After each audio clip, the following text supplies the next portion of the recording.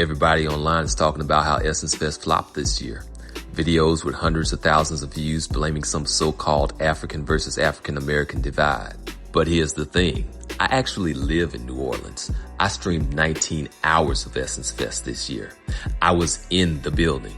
So before we let the algorithm spin another culture war, let's actually talk about what went down at Essence Fest 2025.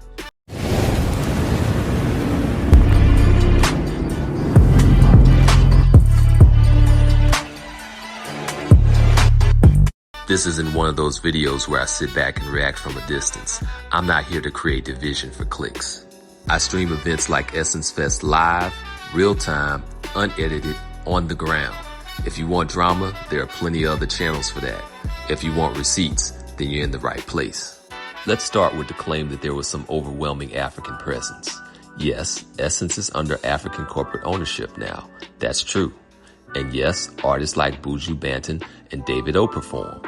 But let's be honest, 2 acts does not make it an African and Caribbean takeover. It doesn't make it an Afro beats festival. There was still very much an overwhelming presence of Black American artists. Regarding food vendors and exhibits, there was an African presence but no over-the-top surge of African stalls. So let's not inflate the numbers just to stir the pot. Now, if you want to talk about issues, there were plenty. Lauryn Hill performing in the morning to an empty crowd was straight up ridiculous. And what in the world happened to Master P? There were some major timing and programming blunders that need to be called out.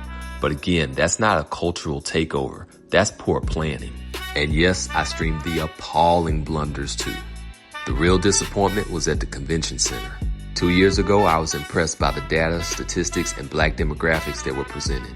The inspiring speeches were top-notch, and Black economic empowerment was the main theme.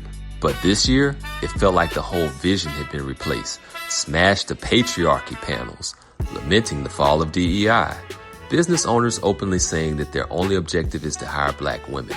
Not Black people, Black women. Panel after panel with either one token Black man or no Black men in sight. And 2 brothers just tucked away off in a corner on what could be barely qualified as a stage. And now I'm hearing these same business leaders talking about taking their agenda to the African continent. But here's the problem. If you're alienating your own Black men at home, what exactly are you exporting? Because empowerment certainly isn't it. Now, I didn't come here to bash. I came here to document. There were powerful moments, great artists, and beautiful people.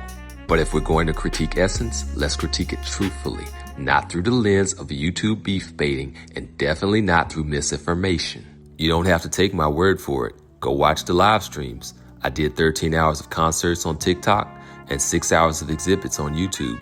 I'll drop the links below and you can let me know what you saw.